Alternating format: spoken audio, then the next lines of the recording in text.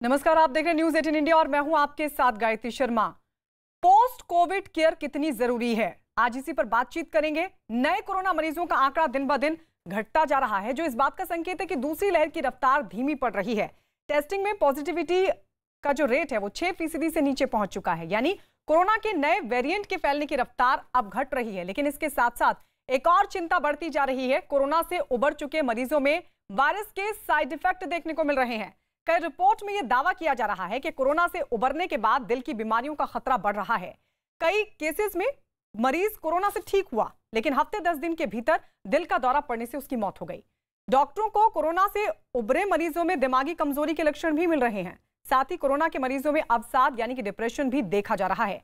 यानी कोरोना से उबरने के बाद भी खतरे कम नहीं है। आज इन्हीं सब मुद्दों पर हम चर्चा करेंगे और चर्चा में हमारे साथ कई खास मेहमान जुड़ेंगे, लेकिन उससे पहले रिपोर्ट देखिए।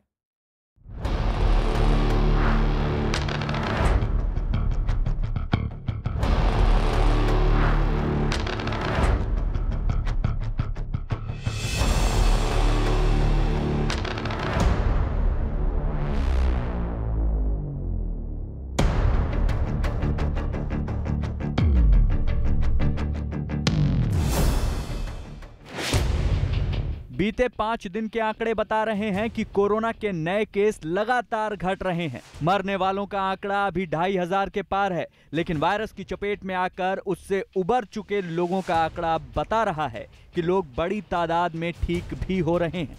और आखिरी आंकड़ा बता रहा है कि 100 टेस्ट में करीब 6 लोग ही अब कोरोना की चपेट में आ रहे हैं। इन आंकड़ों को देखकर संतोष किया जा सकता है कि महामारी की स्थिति पहले जैसी भयावह नहीं है। लोग इससे उबर रहे हैं, ठीक हो रहे हैं। लेकिन ठीक होने वाले लोगों के साथ साथ चिंता का मामला बनने लगा है पोस्ट कोविड केयर, यानी कोरोना से उबरने के बाद वाले कई तरह के खतरे। दूसरी लहर में बहुत से केस देखे गए कि कोरोना से उबरने के बाद भी मरीज की मौत हो गई। बिना लक्षण वाले, ठीक ऑक्सीजन लेवल वाले और जिससे पहले से दिल का कोई रोग नहीं था, उस मरीज को भी अचानक हार्ट अटैक आया और उसकी मौत हो गई। एक रिपोर्ट के मुताबिक दूसरी लहर में हुई कुल मौतों में करीब 70% रोगियों को दिल संबंधी बीमारी हुई। बाद में यह भी देखा गया कि कोरोना से उबरे लोगों को दिल से जुड़े रोग लग गए। दिल के साथ साथ और भी कई तरह के रोग कोरोना से उबरे मरीजों में देखे गए हैं, जैसे एंजाइटी यानी बिना वजह चिंता, सांस फूलना, चक्कर आना, जोड़ों में दर्द, थकान, बदन दर्द, बेहोशी, कमजोर याददाश्त, अवसाद, नकारात्मक सोच। दूसरी लहर में कोरोना वायरस से ठीक हो चुके 30 से 35% मरीजों में ठीक होने के बाद भी कुछ न कुछ समस्याएं आ रही हैं।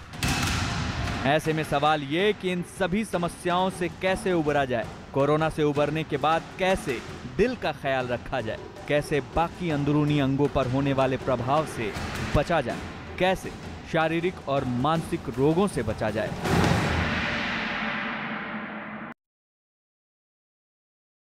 और इन्हीं सभी बातों पर चर्चा के लिए हमारे साथ गेस्ट जुड़ चुके हैं, एक्सपर्ट डॉक्टर्स जुड़ चुके हैं। जनकपुरी सुपर स्पेशलिटी हॉस्पिटल के हृदय रोग विभाग के प्रोफेसर डॉक्टर अनिल ढल हमारे साथ हैं। मैक्स हेल्थ केयर के मेंटल हेल्थ डिपार्टमेंट के हेड डॉक्टर समीर मल्होत्रा जुड़ चुके हैं। अपोलो हॉस्पिटल के senior consultant internal medicine doctor Surjeet Chatterjee हैं और मसीना हॉस्पिटल की संक्रामक रोग विशेषज्ञ सलाहकार डॉक्टर तृप्ति गिलाड़ा भी हमारे साथ जुड़ चुकी हैं। लेकिन सबसे पहले डॉक्टर अनिल ढल, आपके पास आते हुए, क्योंकि आप कार्डियोलॉजी के प्रोफेसर भी हैं, सर क्या इतना घातक हो रहा है कोरोना का संक्रमण के दिल पर हमला दिल के लिए घातक हो रहा है? क्योंकि कई स्टडीज में, कई रिपोर्ट्स में यह पाया गया है कि कोविड से ठीक हुआ मरीज, लेकिन उसके बाद एकदम से हार्ट अटैक आया, मौत हो गई। देखिए गायत्री, इस सवाल के बड़े पहलू हैं, एक पहलू नहीं है जी।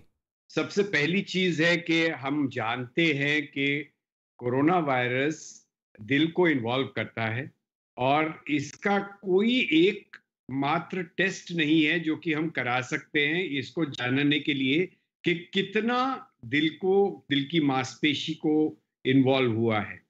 हमने देखा गया है कि हमारे से के लोगों को कंडक्शन डिफेक्ट्स आए हैं, किसी की हार्ट रेट तेज, किसी की धीमी, लोगों के ब्लड प्रेशर के चेंज आए हैं और कई लोगों को हार्ट फेलियर की समस्या हांफी आना, वो समझ नहीं आता है कई बार कि वो हार्ट की कमजोरी से है कि वो कोरोना वायरस की इन्फेक्शन से है। पर एक चीज जी डॉक्टर अनिल डल की आवाज हम तक नहीं पहुंच पा रही है सर। एक बार फिर हम आपके पास लौटेंगे और फिर समझेंगे अगर नहीं पता चल पा रहा है तो फिर क्या किया जाए, किस तरीके से एहतियात बरती जाए। हमारे साथ डॉक्टर अगम वोहरा भी हमारे साथ हैं। डॉक्टर अगम वोहरा हमारे साथ जुड़ेंगे। सुरजीत चैटर्जी हमारे साथ हैं, senior consultant internal medicine Apollo hospital के। डॉक्टर सुरजीत चैटर्जी, मैं आपके पास आ रही हूं क्योंकि स्टैनफोर्ड स्कूल ऑफ मेडिसिन की एक रिपोर्ट ये कहती है कि 84 डिफरेंट सिम्टम्स एंड साइंस देखे गए हैं। मतलब जो मरीज ठीक भी हो गए उसके बावजूद भी उनमें कई इस तरह के सिम्टम्स देखे जा रहे हैं जो कई बीमारियों को दावत दे रहे हैं। देखिए, सिम्टम्स तो बहुत देखे जा रहे हैं। ये कोविड हमने पहले भी सोचा और ये सेकंड वेव में ये और भी अपरेंट हो गया कि ये 14 दिन की बीमारी नहीं है, बल्कि आप ठीक होके घर चले जा रहे हैं, उसके 7 दिन बाद, 10 दिन बाद, 2 हफ्ते बाद, 3 हफ्ते बाद आपको दिक्कत हो रही है और आपको अस्पताल में आना पड़ रहा है और कुछ लोगों को दाखिल भी होना पड़ रहा है। तो सबसे कॉमन सिम्टम देखे जा रहे हैं वो तो थकान देखा जा रहा है, बदन में दर्द, सर दर्द, ये सब देखा जा रहा है। पर कई लोगों को काफी तेज बुखार भी आ रहा है, जिसका कारण एक तो यही है जो कि पोस्ट कोविड इन्फ्लेमेशन है, और दूसरी जो है बिकॉज स्टीरॉइड्स इस बार काफी मात्रा में इस्तेमाल हुए कई सीरियस मरीजों में, तो सेकेंडरी इन्फेक्शन जिसमें कि fungal, bacteria, even opportunistic infection जैसे नोकार्डिया और ऐसे टाइप की चीजें भी देखी जा रही है। इसका मतलब ये नहीं है कि दूसरी बीमारियां नहीं हो रही है। कई मरीजों में मलेरिया और टाइफाइड भी हो रहा है। इसलिए अगर किसी को पोस्ट कोविड मरीज में अगर बुखार आता है तो पोस्ट कोविड इन्फ्लेमेशन या सेकेंडरी इन्फेक्शन तो सोचना ही सोचना है, पर उसके साथ साथ तो पुराने जमाने की हमारी इन्फेक्शन है जो हर एक साल इस टाइम में जो इन्फेक्शन है उसको सोचना चाहिए। मुझे नहीं पता उसमें लिखा हुआ था। दूसरी जो चीज है, हम लोग कई स्ट्रोक्स देख रहे हैं, कई लोगों को फालिश पड़ जा रहा है, कई लोगों को नसों में सूजन आ जा रही है, कई न्यूरोपैथी जिसको हम लोग बोलते हैं वो हो रहा है। प्लस दूसरी चीज है जैसे कि डॉक्टर कार्डियोलॉजिस्ट जो बोल रहे थे कि हार्ट रेट कई लोगों का फास्ट हो रहा है, कई लोगों का स्लो हो रहा है, ब्लड प्रेशर वेरिएशंस हो रही हैं, हार्ट अटैक हो रहा है, एंड मोस्ट कॉमनली जिसको हम लोग अभी तक बोल रहे हैं लंग, जो मेन ऑर्गन जो इन्वॉल्व है कोविड में, लंग के साथ मतलब fibrosis, secondary lung infection, pulmonary embolism या क्लॉट इन द बॉडी, ये सब देखा जा रहा है। तो हर एक सिस्टम इन्वॉल्व हो रहा है, गैस्ट्रोइंटेस्टाइनल सिस्टम भी इन्वॉल्व हो रहा है, लिवर के एंजाइम्स भी ज्यादा आ रहे हैं। तो पोस्ट कोविड आपको केयरफुल रहना है, आपको अपने डॉक्टर के टच में रहना है। ये नहीं कि ये चीज हर एक मरीज में हो रही है, 80% मरीज में हो सकता है कुछ भी नहीं हो रहा, पर 15 से 20% मरीज में प्रॉब्लम्स हो रही हैं। इसलिए अपने जो भी डॉक्टर हैं उनके जरूर टच में रहिएगा, जिससे कि इसका इलाज ठीक टाइम पे और ठीक तरीके से हो पाए। यानी सभी में नहीं हो रहा, लेकिन किन लोगों में फिर ये ज्यादा देखे जा रहे हैं सिम्टम्स, उसके लिए सुरजीत चैटर्जी में एक बार फिर से आपके पास आऊंगी। लेकिन तृप्ति गिलाड़ा भी हमारे साथ हैं। तृप्ति गिलाड़ा, मैं उसी रिपोर्ट का एक बार फिर से जिक्र करूंगी। स्टैनफोर्ड की जो रिपोर्ट सामने आई है स्टैनफोर्ड स्कूल ऑफ मेडिसिन की, उसमें यह भी कहा गया है कि 70% ये वो लोग थे जो हॉस्पिटलाइज्ड हुए थे, यानी मॉडरेट से सीवियर की तरफ बढ़े थे। जी हाँ, तो ये जो पोस्ट कोविड सिंड्रोम देखा जा रहा है, जैसे अभी पिछले डॉक्टर ने बताया, ये हाँ, इसके बारे में सतर्क रहना जरूरी है, पैनिक करने की जरूरत नहीं है, क्योंकि मैक्सिमम लोगों में, ज्यादातर लोगों में ये माइल्ड सिम्टम्स होते हैं। जो सबसे कॉमन सिम्टम्स है वो है थकावट, सांस फूलना, शरीर में दर्द, एक बस ऐसी कोई कुछ ना करने की इच्छा होना, और ये कुछ हफ्तों तक चलता है और धीरे धीरे इम्प्रूव हो जाता है। जो बाकी जो थोड़े सिवियर पोस्ट कोविड कॉम्प्लिकेशंस है वो उन लोगों में ज्यादा पाए गए हैं जिनको कोविड के लिए हॉस्पिटल की जरूरत पड़ी, या मोस्ट ऐसे सब मैक्सिमम लोगों में, क्योंकि उनको कोविड निमोनिया होता है इसलिए वो हॉस्पिटल में होते हैं, ऑक्सीजन पे या आईसीयू पे या वेंटिलेटर में। इन लोगों में पोस्ट कोविड सिंड्रोम होने के चांसेस ज्यादा होते हैं, और जो लोगों में वैसे ही पोस्ट सिवियर कोविड के चांसेस ज्यादा, जैसे जिनका डायबिटीज है, अनकंट्रोल्ड शुगर्स है, जिनकी उम्र ज्यादा है, या कोई किडनी की बीमारी है, इन लोगों में पोस्ट कोविड सिंड्रोम के चांसेस ज्यादा होते हैं। मोस्ट लोगों में ये इजीली मैनेज्ड होते हैं, पर डॉक्टर के टच में रहना जरूरी है ताकि वो मॉनिटर कर सके और उनको हेल्प कर सके, मदद कर सके पोस्ट कोविड सिंड्रोम से जल्दी रिकवर होने की। जी डॉक्टर समीर मल्होत्रा, क्योंकि ये भी कहा जा रहा है कि बहुत सारे मरीजों में स्लीपिंग डिसऑर्डर्स देखने को मिल रहे हैं, एंजाइटी देखने को मिल रही है, लॉस ऑफ मेमोरी के भी मामले सामने आ रहे हैं। तो क्या कुछ मरीजों में ही इस तरह के सिम्टम्स हैं, या फिर बहुत सारे जो मरीज कोविड संक्रमण से गुजरे हैं उन सभी को एहतियात बरतने की जरूरत है, और ऐसा हो क्यों रहा है सर? लाजमी सवाल रखा है, और जो पिछले डॉक्टर्स ने भी बात की है, सबसे अधिक जो हम देख रहे हैं पोस्ट वायरल फटीग सिंड्रोम देख रहे हैं। थकावट बहुत बताते हैं मरीज। और दूसरा, कुछ मरीज हैं जिनको स्टेरॉइड्स भी चले हैं इस दौर में। जिन लोगों को स्टेरॉइड्स चले होते हैं उनमें से कुछ लोग ऐसे वल्नरेबल होते हैं जो स्टेरॉइड इंड्यूस्ड साइकोसिस जैसे सिम्टम्स जिनमें हमें दिखाई देने लगते हैं, या स्टेरॉइड इंड्यूस्ड मूड सिम्टम्स दिखने लगते हैं, यानी एकदम से जरूरत से ज्यादा खुशी, तेजी, या एकदम उदासी या डिप्रेशन, या फिर ऐसी कोई चीज दिखाई सुनाई देने लगती है जो आमतौर पे इंसान नहीं देख सुन सकता, जिन्हें हम हेल्यूसिनेशंस भी कहते हैं। फिर साथ साथ, क्योंकि कुछ पेशेंट्स ऐसे हैं जिनका हॉस्पिटल के दौरान या फिजिकल इल हेल्थ के कारण कुछ इलेक्ट्रोलाइट इम्बैलेंस भी रहता है। जब आपके सोडियम या पोटेशियम लेवल्स ऊपर नीचे होते हैं ब्लड में, तो कई बार मेटाबॉलिक चेंजेस के कारण भी आप थोड़ी सी अपनी सुध-बुध खोने लगते हैं, तो आप डिलीरियस हो जाते हैं, यानी आप कई बार पहचान नहीं पाते आप कहाँ पे हैं, किसके साथ हैं, समय का ज्ञात आपको कम होता है उस पीरियड में, उसे हम डिलीरियम कहते हैं। तो इस तरह के सिम्टम्स कई बार देखने में मिलते हैं कुछ पेशेंट्स में, पर उसका समय रहते उपचार होना जरूरी है। और जैसे कहा, तन और मन का बहुत गहरा ताना बाना है, और बहुत केसेस हमारे सामने एंजाइटी के, पैनिक रिएक्शन के, घबराहट के कारण नींद ठीक से ना आना, इंसोम्निया, डिस्टर्ब स्लीप पैटर्न्स, ये चीजें बहुत सामने आ रही हैं, जिसका मुझे लगता है समय रहते एक तो प्रॉपर असेसमेंट होना चाहिए कि क्यों ये सिम्टम्स आ रहे हैं, और उसका उसी प्रकार से उपचार होना चाहिए समय रहते। डॉक्टर अनिल ढल, एक बार फिर से आपके पास आते हुए, क्योंकि उस वक्त आपकी आवाज नहीं आ पाई थी, ये खतरा कितना बड़ा है, और क्या दिल का रोग या दिल की जो बीमारियां मिल रही हैं कोरोना से, अभी डॉक्टर समीर ने बताया कि किस तरीके से एंजाइटी की प्रॉब्लम हो रही है, स्लीपिंग डिसऑर्डर, क्या ये एक दूसरे के पूरक हैं? क्या थकावट, क्या इसलिए भी दिल पर ज्यादा प्रभाव पड़ रहा है? देखिए, बहुत क्लियर एक चीज हम समझ आ गई है, हमें 1.5 साल से हम कोरोना वायरस इन्फेक्शन से जूझ रहे हैं कि हम इस बीमारी के बारे में बहुत कम जानते हैं, और ये चीज हमें बिल्कुल समझनी चाहिए कि हम ज्यादा रिएक्ट कर रहे हैं, ना कि कोई प्रोएक्टिव काम कर रहे हैं। एज फार एज हार्ट की कंडीशंस की जहां तक संदर्भ है, तो आप समझिए कि बहुत लोगों को एक हाइटन्ड स्ट्रेस सिंड्रोम हो रहा है, उसके साथ डायरेक्ट वायरल इन्वेशन हो रहा है, उसके साथ साथ कुछ कंडक्शन डिस्टर्बेंसेस हैं, उसके साथ कई लोगों ने अपने जो सिम्टम्स हैं वो भय से छुपाए हुए थे, उनकी आकस्मिक मृत्यु और आकस्मिक प्रेजेंटेशंस भी हुई हैं। तो इस सब के कारण हमें सतर्कता एक निभानी बहुत आवश्यक है, क्योंकि हमें बिल्कुल इस बीमारी के बारे में सब कुछ नहीं पता। एक चीज बहुत क्लियर है कि हम जैसे जैसे समय बीतता जाएगा, हमें कुछ कुछ लक्षण जो दिखते हैं उनका हम रिएक्ट करके कुछ कुछ सलाह दे सकते हैं। एक तरह से एंडोथीलाइटिस बॉडी में होती है, जिससे जो नाड़ियों के अंदर, धमनियों और वेन्स के अंदर एंडोथीलियम जो एक लाइनिंग होती है, उसकी इन्फ्लेमेशन होती है, और उससे क्लॉट बनने के भी चांसेस बहुत बढ़ जाते हैं।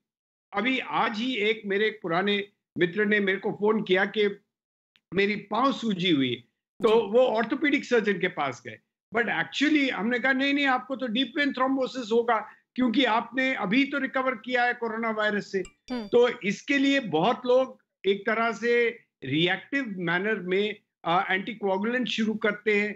इस सब को बैलेंस में लेना है, जो जरूरत है उसको डिनाई नहीं करना है, और बहुत ज्यादा एब्यूज भी दवाइयां नहीं करनी है, क्योंकि हर एक दवाई एक दो धारी तलवार होती है, उसके जहां फायदे होते हैं वहां नुकसान भी हो सकते हैं। जी बिल्कुल बिल्कुल। और क्या ये जो पैनिक है जिसका जिक्र समीर मल्होत्रा कर रहे थे, क्या पैनिक की वजह से भी ज्यादा दिक्कतें लोगों को हो रही हैं? लेकिन सुरजीत चैटर्जी, फिर पहचाने कैसे और कितनी एहतियात बरतनी जरूरी है? कैसे पहचाना जाए कि हाँ अब डॉक्टर के पास जाना है, सलाह लेनी जरूरी हो गई है? देखिए, पैनिक की कोई जरूरत नहीं है। जैसे कि पहले भी बोला है हम लोगों ने कि मोस्टली तो मरीज ठीक ही हो जा रहे हैं, तो पैनिक करने वाली बात नहीं है। पर कुछ परसेंटेज ऑफ मरीज में, स्पेशली जिनको की कोमॉर्बिडिटीज हैं या मॉडरेट लेवल ऑफ इलनेस हुआ या सीवियर इलनेस है, उनको थोड़ा केयरफुल रहने वाली बात है। तो अपने डॉक्टर के जरूर कांटेक्ट में रहिए। जैसे नए नए सिम्टम्स आ रहे हैं, जैसे कि छाती में दर्द, पाँव में सूजन, सांस फूलना, बुखार लगातार चलना, ये सब जो चीजों को ध्यान रखना है और अपने जो ट्रीटिंग फिजिशियन या आपके जो पल्मोनोलॉजिस्ट हैं या उन सबसे कांटेक्ट में रहिएगा। पैनिक की कोई बात नहीं, क्योंकि मोस्टली इन बीमारियों का इलाज है और इस पे हम लोग काबू पा सकते हैं। ये सब सिम्टम्स जो भी हैं, जैसे अगर आपको छाती में दर्द हुआ, सांस फूला, तो आपको हो सकता है इमरजेंसी में जाना पड़े और हो सकता है आपको अस्पताल में ही भर्ती होना पड़े फिर से। पर मेरा तो ये एडवाइस है कि पैनिक करने से आपके सिम्टम्स कई बार वो ज्यादा एक्सप्रेस भी करते हैं अपने आप को, आप उसको ज्यादा सोचने भी लगते हो। कई मरीज तो जिनको ये टीवी सुन के और न्यूज पढ़ के उनको सिम्टम्स कई बार उनको ऐसे होने लगते हैं जो कि एक्चुअली ट्रू नहीं है, जो फॉल्स होते हैं, तो उनसे भी वो कई बार पैनिक अटैक करने लग जाते हैं, बार बार अस्पताल आ जाते हैं ये लोग। तो इन सब से घबराने वाली बात नहीं। मेरे ख्याल से under guidance of treating physician या ट्रीटिंग पल्मोनोलॉजिस्ट अगर इनके साथ रहें, तो इसमें वो इससे अगर बीमारी होगी तो पहले हम लोग पकड़ सकते हैं, जिसका कि आराम से इलाज हो सकता है। डॉक्टर तृप्ति, किस तरह के पोस्ट कोविड के बाद किस तरह के लक्षण अगर दिखते हैं तो उन्हें सीरियसली लेने की जरूरत है, गंभीरता से लेने की जरूरत है, और कब तक, कितने महीनों तक एहतियात बरतने की जरूरत है? क्योंकि ये देखा गया है कि महीनों बाद भी, पोस्ट कोविड महीनों बाद भी लोगों को तरह तरह के लक्षण दिख रहे हैं। तो ये एहतियात क्या अब आगे हमेशा के लिए रखना होगा, या फिर कुछ सामान्य सी बातों का ध्यान देना होगा, या देखना होगा कि कुछ लक्षण दिख रहे हैं तो उसके बाद डॉक्टर की सलाह जरूरी है?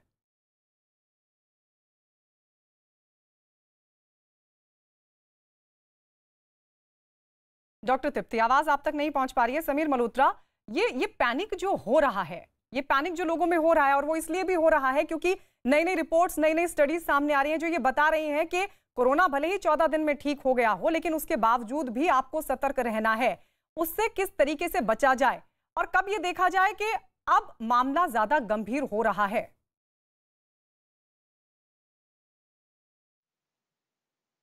डॉक्टर समीर।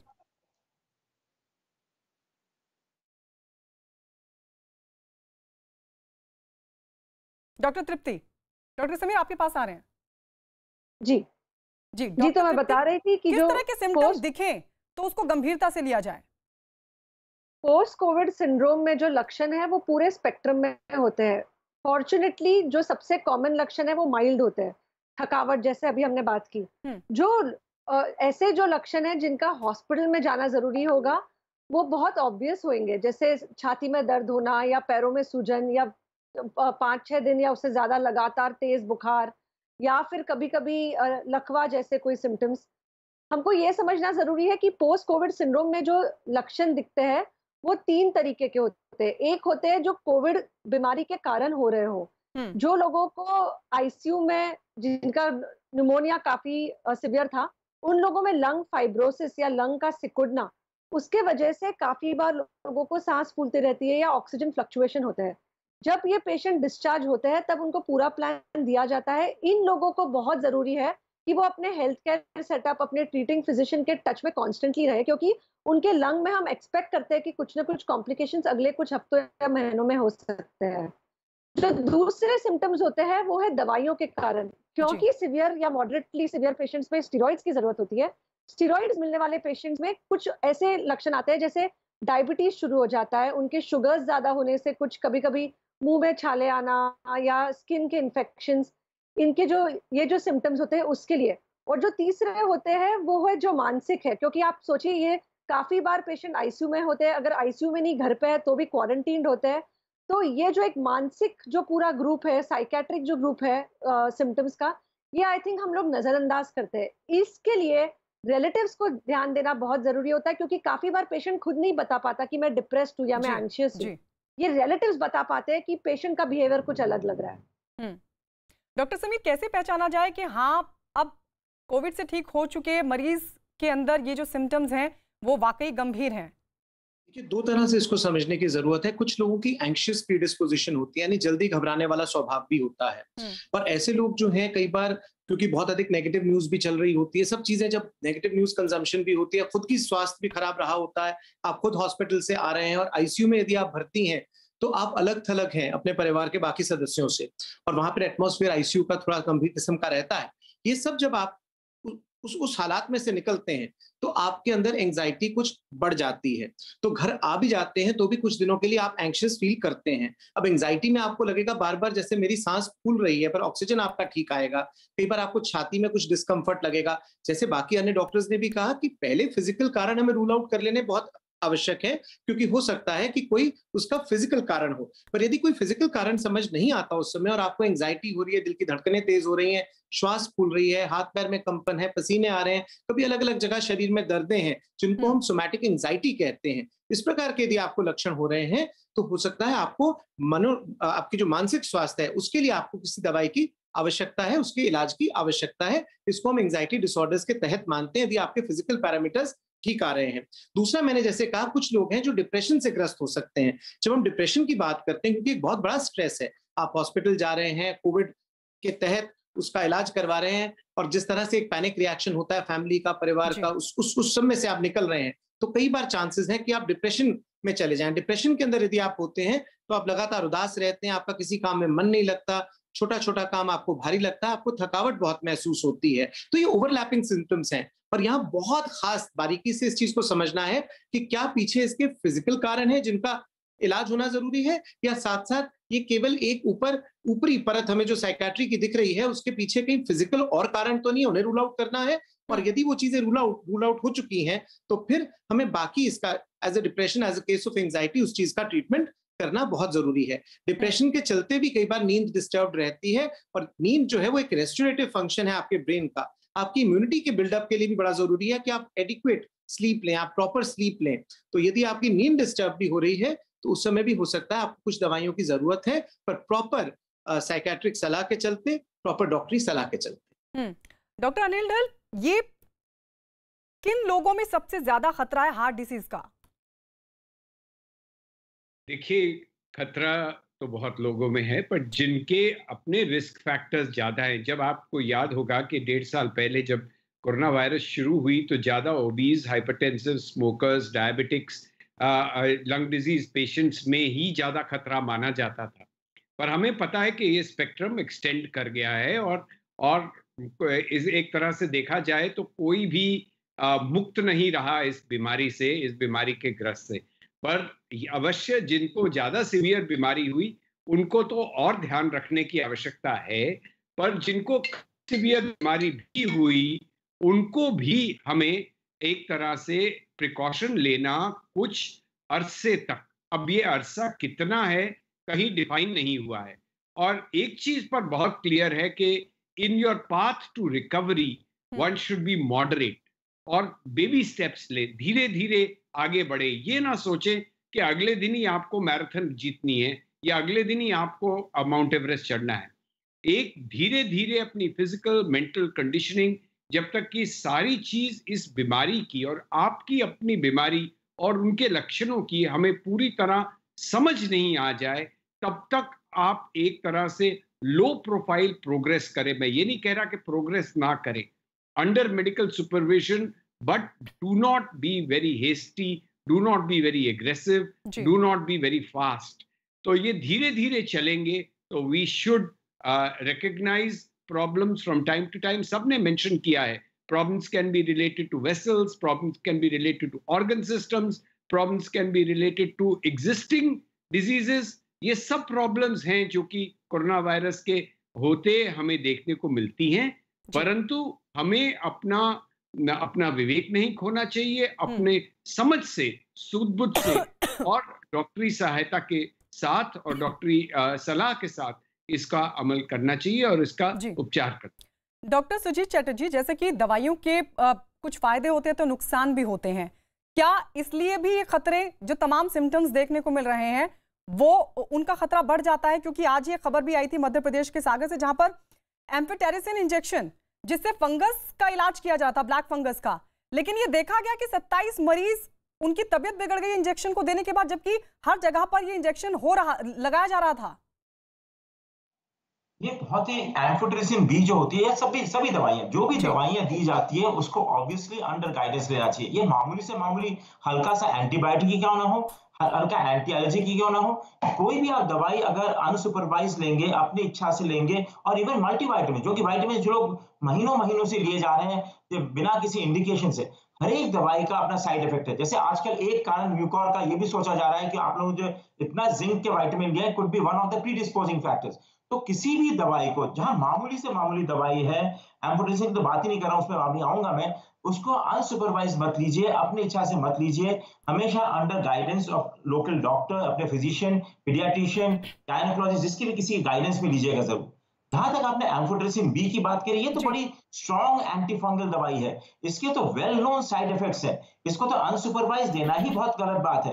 एंड देन फिर डिफरेंट टाइप्स के एम्फोटेरेसिन बी मिलते हैं, जैसे कि जो कन्वेंशनल वाला जो है, जो लाइपोसोमल है, जो पुराने वाले जो हमारे एम्फोटेरेसिन बी है, उसके तो किडनी, अपने मैग्नीशियम कार्डियक सिस्टम, सब पे साइड इफेक्ट पड़ता है। तो इसको तो अंडर हम लोग जब अस्पताल में भी देते हैं तो डेली मॉनिटर करना पड़ता है। तो हमारे लेटेस्ट एम्फोटेरेसिन बी है, जिसको कि हम लोग लाइपोसोमल बोलते हैं, उसके साइड इफेक्ट्स कम होते हैं obviously, but they are very expensive and आजकल थोड़ा इजीली अवेलेबल नहीं है, इसलिए हमें कन्वेंशनल टाइप का मिलता है। इसके साइड इफेक्ट्स हैं, इट्स वेल नोन, ये तो बहुत पुरानी चीज है।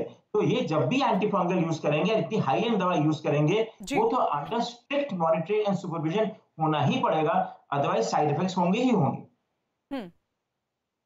डॉक्टर तृप्ति, आपको क्या लगता है, क्योंकि जिस तरह से हमने देखा रेमडेसिविर इंजेक्शन जिनको दिया गया, मॉडरेट सीवियर वाले जो पेशेंट्स थे उनको, साथ ही स्टेरॉइड्स भी दिए गए, तो क्या ये भी एक बड़ी वजह आपको लगता है कि जो तमाम चीजें सामने आ रही हैं, जो लक्षण दिख रहे हैं पोस्ट कोविड के, वो एक वजह हो सकते हैं, वो एक बड़ा कारण हो सकता है? देखो, जब भी मॉडरेट और सिवियर कोविड में कोई दवा दी जाती है तो एक रिस्क बेनिफिट रेशो होता है। जी डॉक्टर तृप्ति, आपके पास में जी बोलिए। कभी कोई भी बीमारी में कोई एंटीबायोटिक की दवा देते हैं, ठीक है। डॉक्टर तृप्ति आपके पास आ रहे हैं। डॉक्टर अनिल, क्या आप क्या कहेंगे, क्योंकि अभी डॉक्टर समीर ने भी बताया, सुरजीत चैटर्जी ने भी बताया कि कुछ दवाइयों के साइड इफेक्ट भी होते हैं, क्या ये भी एक बड़ा खतरा है, ये भी एक बड़ी वजह बन रही है कि दिल की बीमारियां बढ़ रही हैं कोविड के बाद? पहली चीज जो समझनी है कि हर एक दवाई के साइड इफेक्ट्स हो सकते हैं, इनके फायदे बहुत हैं, और जैसा कि मैडम ने बताया, एक रिस्क बेनिफिट एनालिसिस बहुत ज़रूरी होता है। एंड देयरफॉर ये जो सारी प्रॉब्लम्स हो रही हैं वो इसलिए हो रही है क्योंकि लोग इलाज करा रहे हैं व्हाट्सएप ग्रुप से, गूगल यूनिवर्सिटी से, ये सारी चीज़ें आजकल इलाज डिटरमिन कर रही हैं। अगर यही चीज़ आप प्रॉपर मेडिकल सुपरविजन में एक क्वालिफाइड फिजिशियन के अंडर लेंगे तो आपको वो पहचान पाएंगे कि किसको किस दवाई की ज़रूरत है और किस दवाई से क्या नुकसान हो रहे हैं, उसमें कब इंटरवीन करना है, कब दवाई चेंज करनी है, कब वो एस्केलेट करनी है, कब वो डाउनग्रेड करनी है। तो डॉक्टर अनिल, आपके पास लौटेंगे और भी चर्चा करेंगे, लेकिन इस बीच एक बहुत बड़ी खबर मिल रही है। बड़ी खबर ये कि यूपी कैबिनेट में फेरबदल नहीं होगा। इससे पहले कहा जा रहा था सीएम योगी के नेतृत्व में ही बीजेपी चुनाव लड़ेगी। ये बहुत बड़ी जानकारी इस वक्त मिल रही है। 2022 में विधानसभा के चुनाव होने और ऐसे में बीजेपी तैयारी में जुटी हुई है, लेकिन जो बड़ी जानकारी मिल रही है वो ये कि कोई फेरबदल नहीं होगा। बीजेपी विधायकों का रिपोर्ट कार्ड भी हो रहा है तैयार। ये सूत्रों के हवाले से बड़ी खबर इस वक्त की उत्तर प्रदेश से। 2022 में विधानसभा के चुनाव होने और उससे पहले जो जानकारी मिल रही है वो ये कि परफॉर्मेंस के आधार पर ही टिकट मिलेगा। बाकायदा बीजेपी विधायकों का रिपोर्ट कार्ड तैयार हो रहा है और यूपी कैबिनेट में कोई फेरबदल नहीं होगा। अजीत दे रहे हैं जानकारी। अजीत, क्या जानकारी मिल पा रही है? देखिए, बिल्कुल गायत्री, इस वक्त यूपी की सियासत से जुड़ी सबसे बड़ी खबर यह है कि यूपी में कोई मंत्रिमंडल विस्तार नहीं होने जा रहा, और दूसरी सबसे बड़ी खबर यह है कि मुख्यमंत्री योगी आदित्यनाथ की ही अगुवाई में 2022 का चुनाव लड़ा जाएगा। और इतनी ही नहीं, बीजेपी के विधायकों के टिकट पर भी अंतिम मोहर योगी आदित्यनाथ की होगी, ये लगभग तय हो चुका है। सूत्र ये बता रहे हैं कि रिपोर्ट कार्ड तैयार किया जा रहा है यूपी के सभी विधायकों का। उनकी परफॉर्मेंस रिपोर्ट देखी जाएगी, उनकी रेड, ग्रीन, येलो जो उनकी रिपोर्ट के नंबर होंगे उसके आधार पर संगठन और सरकार के बीच में तय किया जाएगा और उस पर सीएम की अंतिम मोहर लगना जरूरी है। यानी बीजेपी के किसी भी विधायक को बगैर सीएम की अंतिम मोहर के टिकट नहीं मिल पाएगा, इसीलिए परफॉर्मेंस रिपोर्ट तैयार किया जा रहा है। जो लगातार मीटिंगों का दौर चल रहा था, आपने देखा देखा कि BL संतोष राष्ट्रीय संगठन मंत्री ने नेतृत्व को रिपोर्ट सौंपी और उन्होंने कहा कि यूपी की सरकार अच्छी चल रही। ट्वीट करके उन्होंने तारीफ की। आज राधा मोहन सिंह जो यूपी के प्रभारी हैं राज्यपाल से मिले, उन्होंने कहा कि सबसे लोकप्रिय सरकार है। तो अब जो लगातार कयास लगाए जा रहे थे, लगातार अटकलें चल रही थी कि सरकार बदल रही है, मंत्रिमंडल बदल रहा है, ये होने जा रहा है, तो उस पर अंतिम विराम लग गया और अब ये बात साफ हो चुकी है। तो सीएम योगी आदित्यनाथ के नेतृत्व में ही 2022 में विधानसभा का चुनाव उत्तर प्रदेश में लड़ा जाएगा और जो जानकारी मिल रही है वो ये कि यूपी कैबिनेट में कोई फेरबदल नहीं होगा।